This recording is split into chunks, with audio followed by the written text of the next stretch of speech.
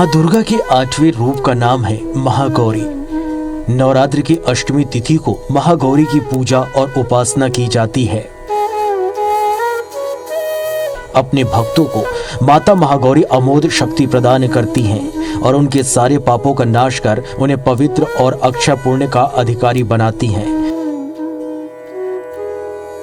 माता महागौरी का वर्ण पूर्णतः गौर है। इस गौरता की उपमा शंख, चंद्र और कुंद के फूल से की गई है। माता के समस्त वस्त्र और आभूषण भी श्वेत हैं। महागौरी की 4 भुजाएं हैं और इनका वाहन वृषभ है। माता के ऊपर के दाहिने हाथ में अभय मुद्रा और नीचे वाले दाहिने हाथ में त्रिशूल है। साथ ही ऊपर वाले बाएं हाथ में डमरू और नीचे के बाएं हाथ में वर मुद्रा है।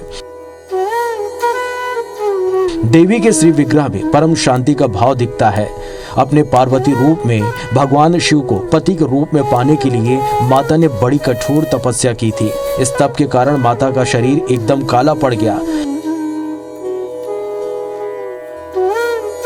लेकिन देवी की तपस्या से प्रसन्न होकर जब भगवान शिव ने इनके शरीर को गंगा जी के जल से धोया, तब माता का शरीर विद्युत प्रभा के समान अत्यंत कांतिमान और गौर हो उठा।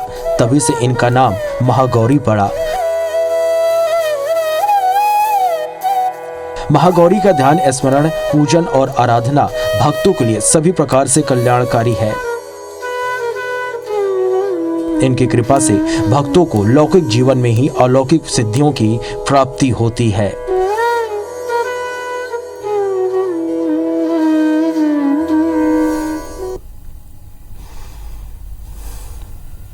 सर्वमंगल मांगल्ये शिवे सर्वार्थ साधिके शरण्ये त्र्यंबके गौरी नारायणी नमोस्तुते।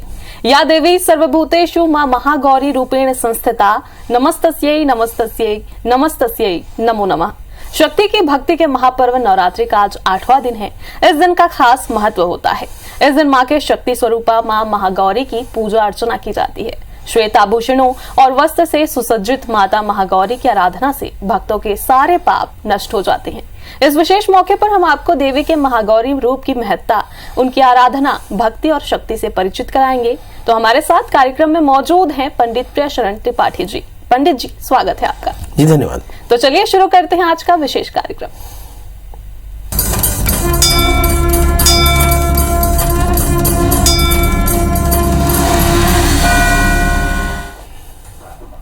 तो पंडित जी, सबसे पहले जानना चाहेंगे कि चैत्र नवरात्र में 8वें दिन का क्या महत्व होता है और साथ ही पंचांग के बारे में। आइए सबसे पहले पंचांग की चर्चा कर लें। आज शुभ संवत 2080 शक 1945 सूर्य उत्तरायण का चैत्र महीने के शुक्ल पक्ष अष्टमी तिथि और दिन बुधवार। अष्टमी रात्रि को 9:08 तक, आर्द्रा नक्षत्र रात्रि को 8:06 तक। आज चंद्रमा मिथुन राशि में होंगे। आज का राहु काल 12:08 से 1:40 तक होगा। तो दोस्तों, ये तो था पंचांग। और अब महागौरी की इस बात, कहते हैं कि माता ने शिव की इस आराधना और भक्तों के दुख को दूर करने के लिए कठिन तपस्या की, जिससे उनका शरीर काला पड़ गया। भगवान शिव ने स्वीकार किया और इन्हें अच्छे से गंगा स्नान किया। कहते हैं कि गंगा स्नान करते ही विद्युत कांति के समान इनका शरीर हुआ, तो इन्हें नाम दिया महागौरी तिचाष्टमम, कि महागौरी जो थी वो भगवती का 8वां स्वरूप हुआ। ये बेहद कांतिमान, ओजस्वी, चांदनी के समान छटा जिसकी सुंदर कुंद के फूल धवल दिखाई पड़ने लगे। कहते हैं उनके वस्त्र आभूषण से प्रसन्न होकर के उमा को गौरवर्ण का वरदान देते हैं। गौरवर्ण के होने के कारण इसका नाम रखा महागौरी। ये करुणामयी, स्नेहमयी, शांत और मृदुल है। जो देवी गौरी की उपासना करते हैं उनका जीवन सुखमय होता है और सभी पापों को वे जलाकर खत्म कर देती हैं। आपका अंतःकरण शुद्ध कर देती हैं और भक्तों को आनंद का आशीष प्रदान करती हैं। अब सवाल ये उठता है कि कैसे माँ गौरी की पूजा करें। तो जैसे आपने 7 दिन तक पूजा की, अपने घर में आपने नवग्रह, गौरी, गणेश, षोडश मातृका आदि का स्थापन किया है ना, आपने जवारे बो रखे हैं, अखंड दीपक जला रखा है, इनमें से जो कुछ भी किया हो, कलश स्थापन किया हो, तो इन सभी देवताओं का उत्तर पूजन कर लें। फिर महागौरी का षोडशोपचार से पूजन करें और सुंदर हलवे और चने का भोग लगावें। सुपारी, लौंग, पान, चावल, फूल, इलायची, बेलपत्र, फल, मेवा, दक्षिणा चढ़ावें, श्रीफल चढ़ावें और खासकर कन्या भोजन करावें। हमारे यहाँ कन्या भोजन का विशेष महत्व है। 12 वर्ष की आयु से कम कन्या का नाम कन्या है, तो 6 वर्ष से 12 वर्ष की आयु की कन्याओं को भोजन करावें, कन्या का पूजन करें, कन्याओं को भोजन करावें और फिर कन्या की पूजा करके और फिर उनको खूब सारी दक्षिणा दें। ऐसा करने से और फिर कुछ जगहों पर अष्टमी में हवन होता है, हवन करना, फिर हवन तर्पण माजनादि करना, महाप्रसाद बंटवाना, ऐसा सारा काम अष्टमी के दिन करना चाहिए। पर यहाँ मैं रोकूंगा, कुछ जगहों पर नवमी के हवन होते हैं, तो वहाँ फिर माँ सिद्धिदात्री की पूजा करके और फिर नवमी में 9 कन्याओं का जीवन करा करके फिर हवन किए जाते हैं और महाप्रसादी बांटी जाती है। जी पंडित जी, तो आप हमारे साथ बने रहिएगा और माता के लाइव दर्शन कराने के लिए आज भी हमारे साथ रायपुर और भिलाई से हमारे संवाददाता मौजूद हैं। तो रायपुर से हमारे साथ सुप्रिया पांडे जुड़ी हुई हैं और भिलाई से हमारे साथ कोमल धनेसर जुड़ी हुई हैं। तो सबसे पहले कोमल का रुख कर लेते हैं। तो कोमल, माता का आज किस तरह से श्रृंगार किया गया है और माता की आराधना आज दिन भर किस तरह से करने वाले हैं? सर्वमंगल मांगल्ये शिवे सर्वार्थ साधिके शरण्ये त्र्यंबके गौरी नारायणी नमोस्तुते। आज महाअष्टमी का दिन है, माँ गौरी की पूजा हो रही है और मैं खड़ी हूँ माँ वैष्णवी मंदिर सेक्टर 4 में। आप मेरे पीछे देख सकते हैं। सबसे पहले हम माता के दर्शन करा रहे हैं आपको और यही इस मंदिर की मैं बात बताना चाहूंगी कि यहाँ पर बेटी जो है माता की सेवा करती है, आरती चल रही है। आप मेरे पीछे देख सकते हैं जया वैष्णव जो यहाँ पे पुजारी के रूप में है, वो यहाँ पर माता की आरती कर रही है। और साथ में इस मंदिर की क्या मान्यताएं हैं, क्या आस्था है, वो तो मैं बताऊंगी। इसके साथ में बताना चाहूंगी कि 9 ज्योति कलश पहली बार यहाँ प्रज्वलित हुए थे और आज यहाँ पर 1200 ज्योति कलश प्रज्वलित किए गए हैं। अभी 10 बजे से हवन शुरू होगा और हवन के बाद कन्या पूजन भी होगा, कन्या भोजन भी होगा। लेकिन आप अभी देख रहे हैं लाइव आरती चल रही है मंदिर में और भक्तों की जो है मैं दिखाना चाहूंगी, भक्तों की भीड़ लगी हुई है। पूरे अपनी आस्था के साथ आज महाअष्टमी की पूजा है और महाअष्टमी की पूजा में विशेष रूप से शामिल होने के लिए भक्त यहाँ पहुंचे हुए हैं। और सेक्टर 4 का मंदिर है, गुजराती समाज का मंदिर है। ये गुजराती समाज के भवन में ये परिसर में मौजूद है मंदिर। और मंदिर के बारे में क्या, इस मंदिर की स्थापना के लेकर कुछ एक छोटी सी चीज जुड़ी है। मैं यहाँ पे पंडित जी हैं प्रकाश भाई जोशी, उनसे मैं बात करूंगी। प्रकाश जी, मंदिर जो है माँ वैष्णवी का, लेकिन पहले माँ अम्बा के रूप में यहाँ पे बात चली जी। पहले ये माता जी अम्बा के रूप में ये मंदिर के लिए सब तैयारी की गई थी, पर जगदीश भाई जानी मंदिर के पुजारी को सपना आया कि ये नाम वैष्णवी माँ के नाम से रखा जाना चाहिए और ये मंदिर का नाम वैष्णवी देवी साक्षात कटरा से पधारी है और यहाँ पे हजारों भक्त आते हैं और प्रेम भाव से माता जी का अर्चना पूजन करते हैं और प्रेम भाव से माता जी सबकी मनोकामना पूर्ण करती है। ऐसी मान्यता है कि जो मंदिर में वैष्णो देवी नहीं जा पाते मनौती पूरी करने, वो यहाँ आते हैं। जी हाँ, बिल्कुल।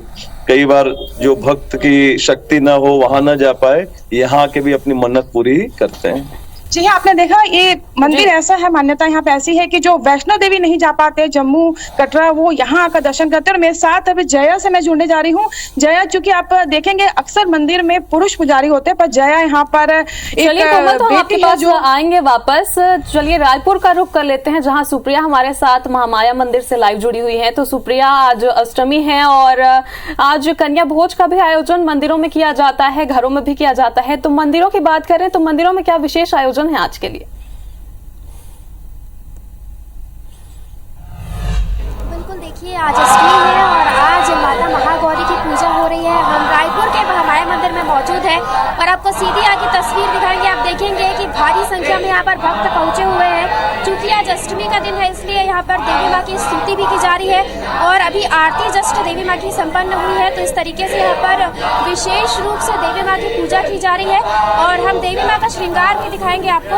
आप देखेंगे कि काफी ज्यादा यहाँ पर भीड़ मंदिर में नजर आ रही है क्योंकि आज अष्टमी है और सभी लोग देवी माँ की स्तुति करते हुए नजर आ रहे हैं। मंदिर की प्राचीनता की बात करें तो ये जो मंदिर है वो 1300 वर्ष पुराना माना जाता है। तांत्रिक विद्या से निर्मित ये मंदिर है और सबसे पहले हम आपको दिखाएंगे देवी माँ का श्रृंगार। IBC 24 की स्क्रीन पर आप देखेंगे कि देवी माँ का विशेष रूप से श्रृंगार किया गया है और आज अष्टमी है तो मंदिर में विशेष तरह के आयोजन भी होंगे। मंदिर में किस तरीके से आयोजन होंगे ये जानने के लिए हमारे साथ मंदिर में कुछ लोग भी मौजूद हैं, उनसे बात करेंगे और जानेंगे कि मंदिर में किस तरीके से आयोजन होंगे। और यहाँ पर अष्टमी के दिन माता का श्रृंगार किया गया है, तो माता के श्रृंगार को लेकर के क्या कहना चाहेंगे, किस तरीके से श्रृंगार यहाँ पर किया गया है? आज निशा पूजा हुई थी और विशेष श्रृंगार होता है आज के दिन में। उसके बाद शाम को हवन होगा और उसके बाद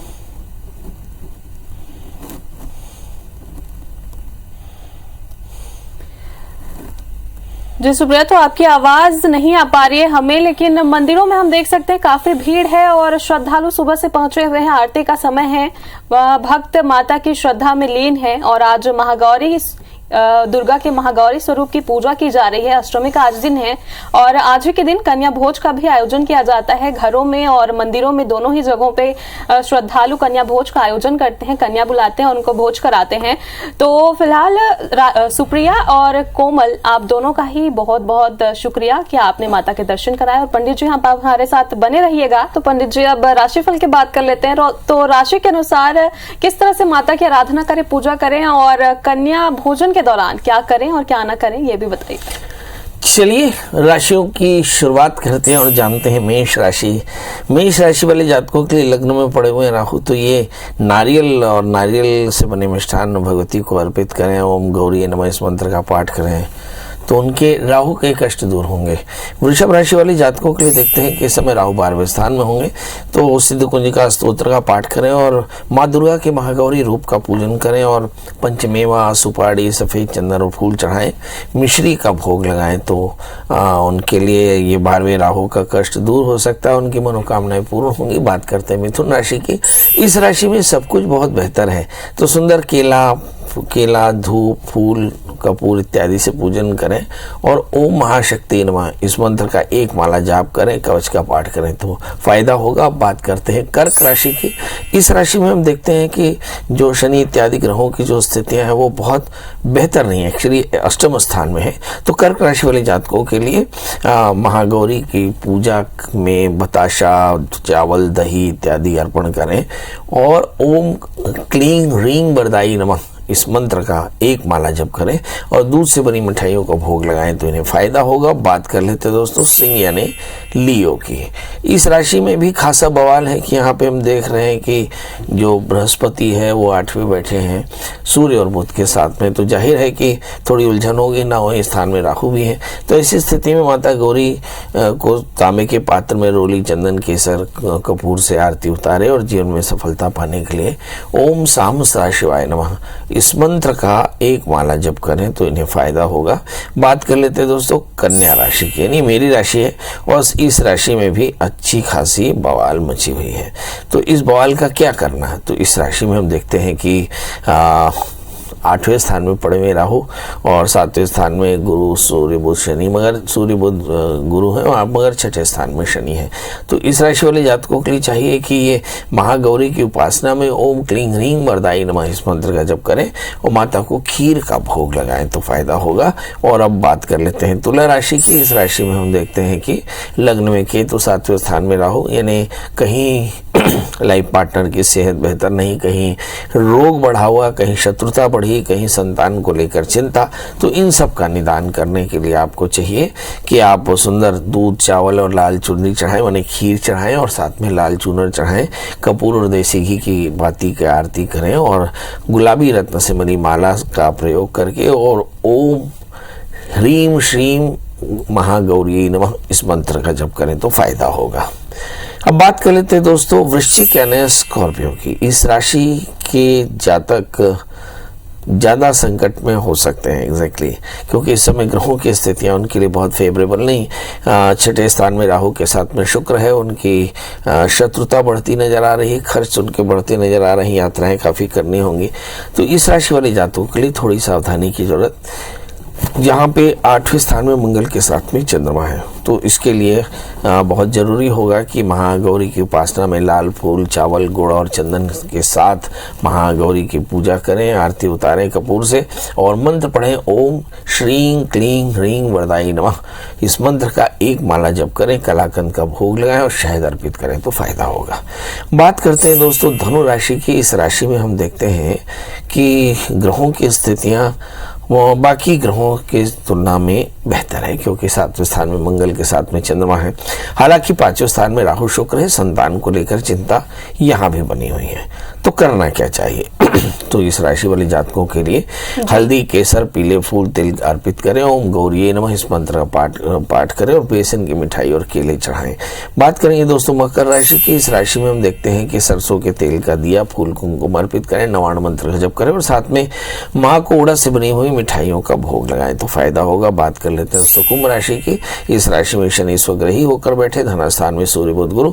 तो इस राशि वाले जातकों के लिए जरूरत होगी कि पूजा में फूल, कुमकुम और तेल का दीपक और फल अर्पित करें, देवी कवच का पाठ करें, भोग में माँ आटे का हलवा और सूखे मेवे चढ़ाए तो फायदा होगा। बात कर लेते हैं दोस्तों मीन राशि की। यहाँ पर हम देखते हैं कि ढेर सारे ग्रह एक साथ बैठे हैं, परंतु दूसरे स्थान के राहु, 8वें स्थान के केतु, 12वें स्थान में शनि, ये अनुकूल नहीं है। तो इनके लिए महागौरी की पूजा में हल्दी, चावल, पीले फूल, केले के साथ रखें और नवरात्रि के दिन ओम श्रीं क्लीं ह्रीं वरदाई नमः इस मंत्र का जप करें और माँ को भोग में रसीले फल और साथ में खीर का भोग लगाएं तो फायदा होगा।